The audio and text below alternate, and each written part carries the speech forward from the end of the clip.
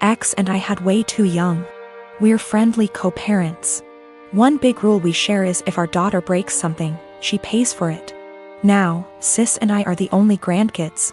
Aunt never married. Instead, she worked with GMA and GPA at their Seams Tri-store, and took it over when they retired. Sis's girlfriend proposed last year. GPA offered to make FSIL a custom suit, which she was over the moon about. GMA had me ask Sis what her dream dress was and record the convo. Sis, thinking it was just between us, told me in great detail what her dream dress was, though said it was way too expensive. So she would get something much cheaper. Well, a few months later GMA surprised Sis with her dream wedding dress. It FOT perfectly and everyone cried. Sadly, GMA recently passed away, which hit us all hard. Sis was devastated, but decided that the dress meant GMA would still be there with us at the wedding. The issue comes in with C. She's very large, much larger than Sis. 3 days ago, we decided to go visit Sis and see how she was doing. It was great, but then C asked if she could try on the dress. Sis politely said no. C made a face, but dropped it. Later, we decided to go grab dinner. Sis and I went to pick up our orders, but C decided to stay and play with Sis's dog. We got back, and the dress was destroyed. C had apparently tried to get it on, popping some seams, and got stuck. Instead of waiting for help, she cut her way out. The dress was hacked to bits. Sis was devastated and asked us to leave. I grounded C and called Aunt with some pictures, asking if it could be saved. She said there was no. She said she'd make a new one, but it wasn't the same. Then she dropped the bomb on me. GMA had hand-sewed most of the dress, used super expensive fabric, and put almost 500 hours in making that dress. Since it was the only family wedding we'd have. In total, the dress cost $12,000, give or take. C has about $15,000 saved from various jobs, as well as winning writing competitions. This was supposed to help her in college. I took her to the bank and set in motion transferring all the funds, since as her parent I still have control over it. $12,000 to Aunt to pay for the new dress. $3,000 to my sister's wedding, as an emotional distress tax.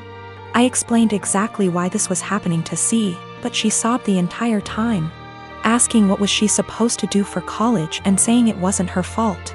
I told her she could get a job if she didn't get a scholarship. And it was her fault for trying on the dress after she'd been told no, and for not waiting until we got back. A few popped seams could have been fixed.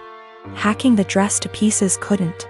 C told my ex, and while she agreed C was in the wrong after the full story, said I shouldn't have ruined her future for a free dress.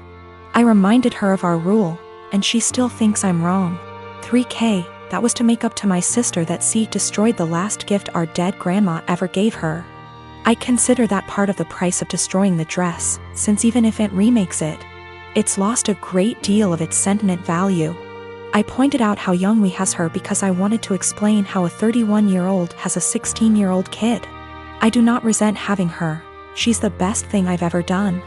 I also brought up C's size because Sis has Crohn's disease and thus is very tiny. The dress was made her for size, and C is much larger than Sis. I love C as she is, but just holding the dress up, it was clear it wouldn't fit. The money was C's have fun at college money, not her college fund. My ex and I are paying for whatever scholarships don't. When she was asking what she would do for college, she was asking what did she do for fun and to buy things we didn't pay for. I got off the phone with my ex. I sent her the pictures, and she freaked. She apparently didn't believe me when I said it had been hacked apart, and believed it was just a few torn seams. She was pretty much on my side after. She told me that she spent the day badgering our daughter, asking her why she did what she did. And finally C cracked and said she was mad that grandma wasn't alive to make her a dress, and that it was unfair. My sister got a free beautiful dress as a reminder when my daughter got nothing. Despite the many things she was given after the funeral. She tried it on, took it off when the seams popped, and then in anger hacked it apart. If she couldn't have a dress from grandma, no one could. Her own words. Honestly, knowing she did it on purpose has just made things worse. The fact that she could be so Now both of my kids, 16-year-old son and 9-year-old daughter, and my ex are extremely mad at me because I won't give up my appointed time with them. My son won't even talk to me and my daughter is crying all the time. Me and my ex divorced shortly after my daughter was born. I blame him for it and he blames me. I won't go into detail here. We ended up with a 50/50 custody agreement, switching every other week. While this was 8 years ago, we're still not on good terms. We rarely ever talk to each other outside of the kids, and I'm perfectly fine with that. One thing we have agreed on since the beginning though is that we don't plan things on days that aren't ours. And unless it's extremely important, we don't switch days or weeks. In the 8 years since we've been divorced, I have never asked him to have the kids on a day that isn't mine, and I've never given him one of my days even if he begged. Well, last week my ex contacted me and told me the good news. His parents are hosting a week-long family reunion in the summer at Disneyland and he wants to take the kids. Well, the problem is that it's on one of my weeks.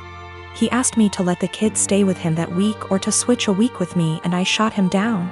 It's my week with them and I get to spend it with them. I told him if it's so important to him to reschedule, but he claims his parents can't do that and this is the only week that the whole family can go, and he told me that I need to think of them. I told him tough luck and hung up on him. Well, this last Sunday when my ex dropped the kids off with me, my son refused to talk to me at all and my daughter wouldn't even look at me. When I asked my ex what was wrong, he refused to talk to me, only saying ask them in a snarky tone before leaving. When I asked my daughter what was wrong, she burst into tears and said that I was not letting daddy take them to Disneyland. Asking my son, who still refuses to talk to me. It turns out that my ex told them I was not letting them go to Disneyland with him. He's trying to paint me as the bad guy. I sat both of them down last night to talk to them and explain it's my week with them, but they refuse to listen to me. My daughter just cried and my son told me I'm only doing this to get back at my ex. I think it's unfair for him to do this when his parents scheduled it during my time with them. I demanded an apology from my ex and him to set things straight, but he refuses, and his last text to me being, "Can't tell them the truth 'cause they already know it." I'm so pissed right now. My mom left my dad when I was 17, I'm 29 now, and had a new boyfriend literally straight away. We all suspected that she was cheating with this dude beforehand, but there was never any proof and she even to this day refuses to admit it. She had 2 more kids with this guy. When my mom and dad broke up, I moved out to live with my dad, who had moved back in with his parents. The major reason for this was because she told me to leave as I kept fighting with her new dude. I really did not want to deal with a new guy in my mom's life, and I was really upset that she didn't give a shit about how much pain my dad was in. When she told me to leave, something in me changed and I am still unable to forgive her. That solidified BC. My 14-year-old sister stayed with my mom for a year and then begged to come and live with my dad because she hated it so much at my mom's place. And my sister and mom were close, so for my sister to feel that way, it must have been bad. Since I was 18, my grandparents kept pushing me to start a business. BC. I liked to tinker and had built a few specialized tools for a niche construction industry that my dad was in, and they saw potential in me. They gave me a lot of money as an investment, actually their mortgage, their house, that's much they believed in me, and basically, I majorly lucked out and managed to land some national contracts at 24 that turned into more than a few millions of dollars over a few months when the business boomed. The profit trajectory has risen since then, and basically, I'm living a life I never thought would be for a schmuck like me. I moved my dad, sister, and grandparents out to the East Coast a couple years back, and we've started a new life. I am surrounded by people who see and saw the best in me, and I'm grateful so much. BC. I was seriously messed up after my mom blew our family apart. For the last couple years or so, my mom has been on my case to reunite with her. She is getting increasingly more insistent that I go visit her and her boyfriend and kids, and keeps trying to guilt trip me because my sister has a much more privileged life now and my younger 2 half-siblings don't. She keeps telling me that even if I don't forgive her, I should look out for the kids as they're innocent in all this. She made her bed and she can lay in it, but the guilt eats me alive sometimes. I just can't forgive her though. I have waited tables for the last 3 years. During my shift last night, a group of 4 women in their late 20s came in. They were a pleasure to have as customers. They ordered 4 of our house cocktails to start with and then went over the menu for their entrees. Then I was on my way back to their booth with the drinks on a tray. I walked by the backside and overheard one of them talking about how she was 14 weeks along.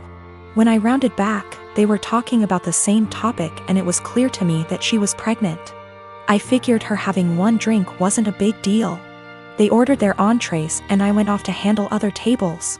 About 5 minutes later, they called me over again and asked for another round. At this point I started getting concerned, but I took the order and cheerfully said I'd be right back. This time, I went to the bartender and asked him to make one of them a virgin cocktail. He was confused, but since he's a good friend of mine, I told him to just trust me. A few cocktails later, her strictly virgin, they started getting rowdy, and Mrs. Pregnant Woman was also getting into it. I figured that since she didn't notice, things were okay. The problem came when I took them their check, and they asked to split the bill at the register. When Mrs. Pregnant Woman got to the counter, I saw her cocktails were marked with virgin. My bartender had edited each in the system for inventory. It was too late for me to edit them back, so I just had her pay, hoping that she wouldn't look at the receipt. They all thanked me and left, leaving a generous tip in the process. They were talking in the parking lot for the next short while, presumably waiting for an Uber. Several minutes later, Mrs. Pregnant Woman came back and asked what virgin on the receipt meant. I fessed up that it meant non-alcoholic. She blank stared me for a few seconds and then asked if she had ordered a non-alcoholic cocktail. I said no, but told her that I assumed she wanted one seeing as she was pregnant. It was a lame lie and I'll admit it, but she looked me in the eye and asked me to return her part of the tip. I did so. Then she talked to my manager. My manager took me into her office and literally shrieked at me until hoarse. I stood my ground and told her that I'm not going to be responsible for FAS. She told me that she was taking me off the calendar until she decided what to do with me. She also informed me that I could get the restaurant in serious trouble for discrimination. And upon examination of my state's laws, she is correct. But when I talked to my mother and father about it tonight, they told me that they understood my position. The entire staff at the restaurant is against me and I think that I'm going to call in and tell my manager that I quit. But I still feel in the right here.